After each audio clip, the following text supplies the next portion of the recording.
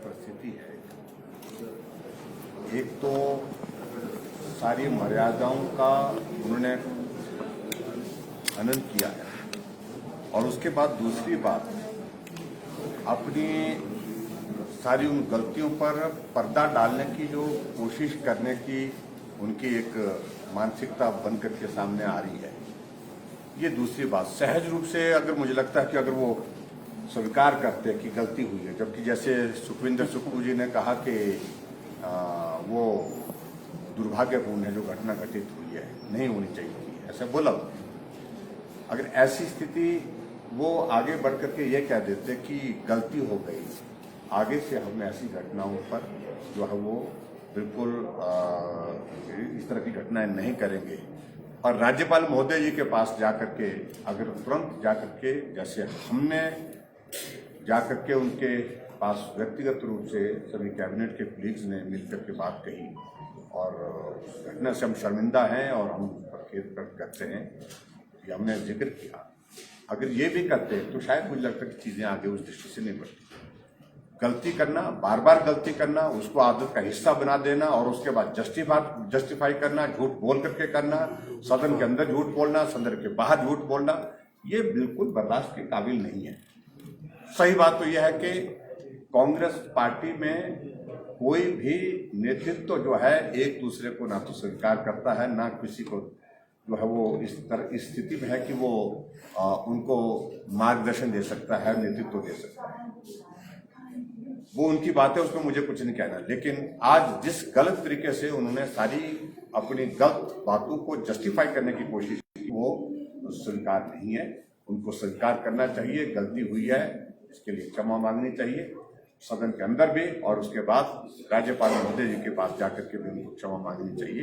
ये मुझे लगता है कि ये एक उचित तरीका था जिसमें उन्होंने बहुत देर कर दी है। सर, सदन में अभी विधानसभा उपाध्यक्ष के साथ भी कहा सुनी हुई, सर क्यों ये मामला यहाँ तक बढ़ा? कि सबसे बड़ी बात तो एक ही बात है कि जैसे सभी सदस्यों ने जिनने बोलने की बात की, सुखविंदर सुक्खू जी ने बोलने के लिए आग्रह किया, लंबा बोले, आशा कुमारी जी ने कहा कि मुझे भी बोलना है, उनको भी बोलने का मौका दिया, उन्होंने बहुत लंबी अपनी बात विस्तार से कही और हमारे पार्लियामेंट्री अफेयर मिनिस्टर ने उनको जवाब दिया, सरकार के पक्ष को उनके सामने रखा।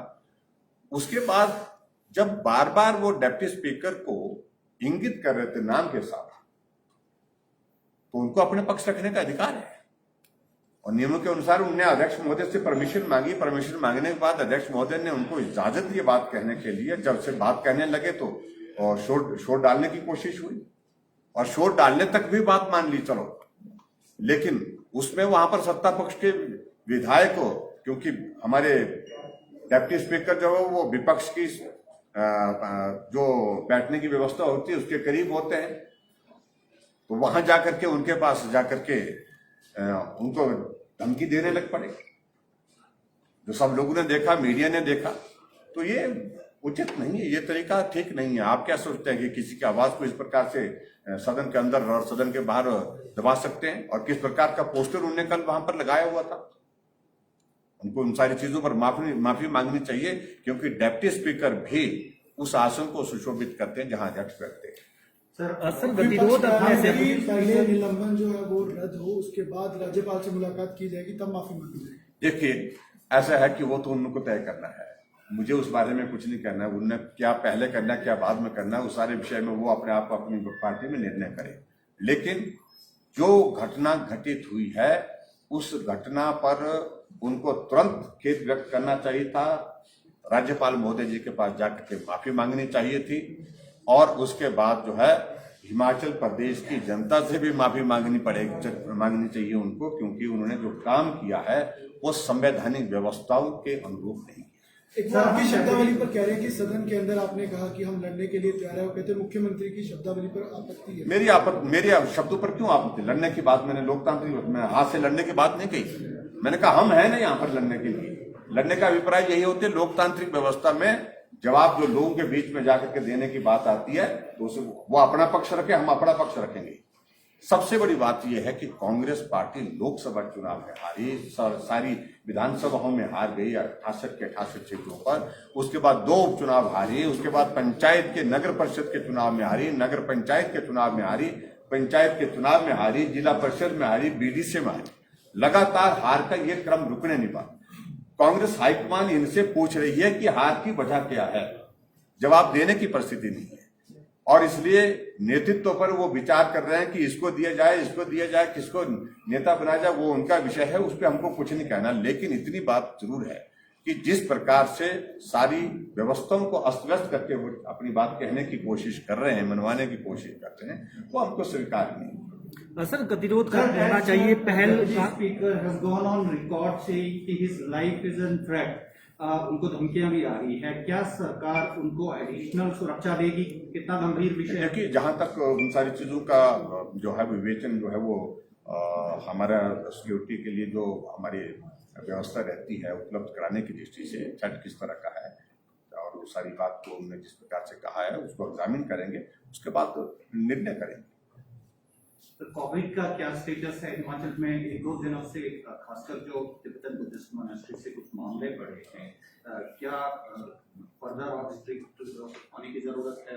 कि अगर वैसे तो ये घटना एक जगह घटित हुई है, उसमें एक बहुत बड़ा नंबर निकल करके आया है और उसके कारण एकदम ही, अदरवाइज पूरे स्टेट का अगर हम देखें तो नंबर एवरेज लगभग वही है जो पिछले काफी अर्से से चल रहा था। लेकिन एक जगह ऑल ऑफ ए सडन जो मोनेस्ट्री में जो नर्सिंग का इंस्टीट्यूट है उसमें ये नंबर एकदम आया है। हमने वहाँ पर कॉन्टैक्ट ट्रेसिंग के लिए कहा था। कॉन्टैक्ट ट्रेसिंग के बाद जब टेस्टिंग हुई है उसमें वो नंबर निकला है। मैं यही कहना चाहूँगा कि हम एक दो दिन इंतजार करेंगे, अगर उसके बाद फिर अगर ये नंबर इसी तरह से बढ़ता रहा, तेजी से बढ़ता रहा, तो निश्चित रूप से और एहतियात और सख्त कदम उठाने की जहाँ जरूरत होगी चाहिए। Thank you very much. Thank you.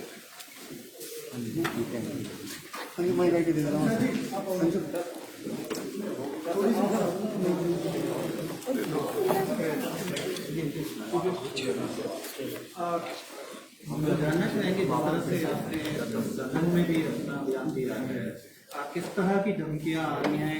Really feel कि आपका जीवन लड़ने कब से ये धमकियां आ रही है? ऐसा है, जिस दिन माननीय गवर्नर साहब का अभिभाषण था और जिस तरह से वो आए और जिस तरह से वो गए और जो व्यवहार कांग्रेस के नेताओं का था या उनके विधायकों का था, तो आप सब लोगों ने देखा हुआ है।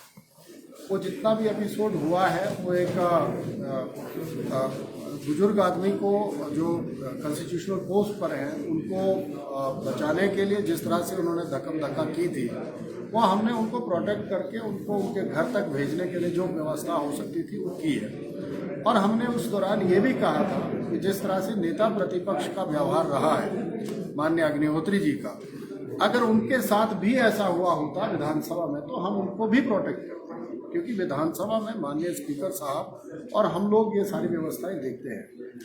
अब ये जितना भी एपिसोड हुआ उसके बाद जिस तरह से एनएसयू आई, जिस तरह से कांग्रेस के लीडर, और आज का जो एपिसोड आप लोगों ने देखा है विक्रमादित्य जी ने, मैंने तो हाउस में भी कहा है कि मेरे को जिस तरह से उन्होंने मुंह के आगे आ करके अपनी सीट से उठ करके नजदीक आकर के कहा है कि तू बैठ जा, नहीं तो तू देख ले, तू शिमला में है, ये इस तरह की बात उन्होंने अंदर हाउस में कही है।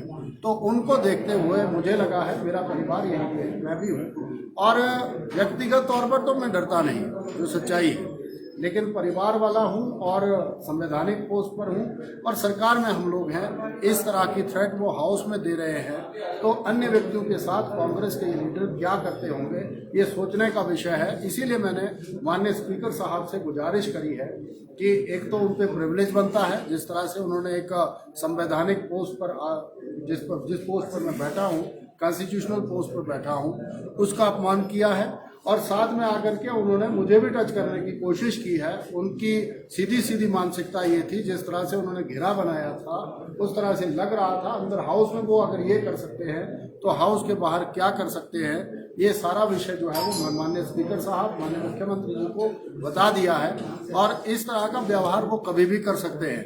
इसीलिए कांग्रेस ने बौखलाहट में, माननीय मुख्यमंत्री जी ने ठीक कहा, मैं उनको ही कोट करता हूं कि जिस तरह से चुनावों में हारी है, जिस तरह की दुर्दशा जनता में इनकी है, ये कोई भी घटना जो है वो किसी भी माननीय विधायक जो भारतीय जनता पार्टी का है या भारतीय जनता पार्टी का कार्यकर्ता है उनके साथ कर सकते हैं, ये मैंने हाउस में कहा है। इतना ही मुझे कहना है इस विषय में। जो विपक्ष है इंक्लूडिंग जो कांग्रेस के मेंबर्स हैं, दे आर एलिजिंग कि आप एक संवैधानिक पद पर बैठे हैं। जिस दिन ये घटना घटी, they alleging you were working like a bouncer. इस पे आपकी उनकी जो शब्दावली है, मुझे में जिस तरह का पोस्टर उन्होंने लहराया है वो हंसराज की अवमानना नहीं है, वो तो कॉन्स्टिट्यूशनल पोस्ट की अवमानना है। डिप्टी स्पीकर का पोस्ट जो है वो हंसराज बैठा हुआ ये नहीं है। हंसराज तो नियमों के अनुसार, और हाउस ने हमें जो है वो पूरा समर्थन दे करके उस पोस्ट पर बिठाया हुआ है। ये तो उनको सोचना चाहिए, जिस तरह की शब्दावली उन लोगों ने उपयोग में लाई है माननीय गवर्नर जी के लिए, माननीय मुख्यमंत्री जी के लिए, जिस तरह की भाषा का उपयोग वो लोग कर रहे हैं। आप सभी के माध्यम से ये जो व्यवहार आप लोगों ने अंदर हाउस में और हाउस के बाहर देखा है, उससे जो है वो यही लगता है कि कांग्रेस बौखलाई हुई है। और जिस तरह के सोशल मीडिया और उस पर कॉन्टेंट इन्होंने चलाए हुए हैं अगेंस्ट मी एंड आवर सरकार, वो निंदनीय है। मैं इसकी निंदा करता हूँ। वो एग्रेशन बिल्कुल नहीं था, वो व्यवस्था के अनुरूप हमने रास्ता बनाया है। मैडम आशा जी को मैंने प्रोटेक्ट किया है, एक बुजुर्ग नेत्री हैं वो भी, और उनको बचाने के लिए हमने अपनी जान को आगे वो किया है। और अग्निहोत्री जी को बड़े प्यार से मैंने कहा है कि भाई आप जो है वो गाड़ी छोड़ दो। और जिस तरह से गाड़ी ठोक रहे थे, हमें तो विश्वास था, जैसा माननीय मुख्यमंत्री जी ने भी कहा, वो तो दरवाजा तोड़ने पर भी आमादा थे। वो तो गवर्नर साहब जब बीच में गमलों के बीच में फंस गए थे, गवर्नर साहब की आंखें देखने लायक हैं। आप अगर वीडियो उस दौरान का हो, और जिस तरह से अग्निहोत्री जी का भी फिजिकली वहाँ व्यवहार था, मैं तो उनके लिए भी डर गया था, क्योंकि फिजिकली अग्निहोत्री जी भी फिट नहीं है। मेरा तो उनको भी मैसेज है कि आप अपने स्वास्थ्य का ख्याल रखें, और खामखा का ड्रामा इस तरह का करने की आपको भी कोई जरूरत नहीं है। वो व्यवस्था के अंतर्गत जो हमारी व्यवस्था बनती है, हमने माननीय गवर्नर साहब को बाइज्जत जो है वो उनके घर तक पहुंचाने के लिए जो हमसे बन पड़ता था, क्योंकि राष्ट्र पहले है, कॉन्स्टिट्यूशन है, राष्ट्र का ध्वज है, इसीलिए हम बैठे हुए हैं। सारा काम फौजी थोड़ी ना करेंगे कि बॉर्डर में बैठ करके। सिविलियन भी अगर राष्ट्र ध्वज का या देश का अपमान करते हैं तो वो हमें बर्दाश्त नहीं है। कम से कम भारतीय जनता पार्टी 4 मिनट के अंदर सेशन बुलाने की बात उन्होंने सदन के अंदर कही कि 26 तारीख को 4 मिनट के अंदर दोबारा। ये तो माननीय स्पीकर साहब का विषय है, सरकार का विषय है, मुझे इसमें कुछ नहीं कहना। लेकिन एक चीज और, जब बाहर हंगामा हो रहा है, ऐसी क्या किसी राज्यपाल महोदय को बाहर ले जाना ही पड़ा? नहीं, वो व्यवस्था के अनुरूप हर बार ऐसे ही ले जाते। हंगामा हमें तो लगा था हर बार बैठते थे हंगामे के लिए, लोग पहले भी बैठा करते, हमने भी विरोध किया है। पिछली बार जब हम लोगों ने बजट सत्र के दौरान जब हम अपोजिशन में हुआ करते थे, एक बार हम लोगों के द्वारा भी हुआ था, पर हमने कभी गवर्नर साहब को ऐसे नहीं रोका है। माननीय धूमल साहब उस टाइम अपोजिशन के लीडर हुआ करते थे, लेकिन इस तरह की अव्यवस्था उस टाइम नहीं हुआ करती थी। भी तो लग रहा है, फिर आप लोगों को जाना पड़ा, सिक्योरिटी यहाँ लगी रहती है। अब यहाँ पर जो वावर्दी है वो अलाउ नहीं होते, वो सारा विषय विधानसभा का है, वो माननीय स्पीकर साहब उस पर भी समीक्षा करें। लेकिन फिर FIR क्यों? वो तो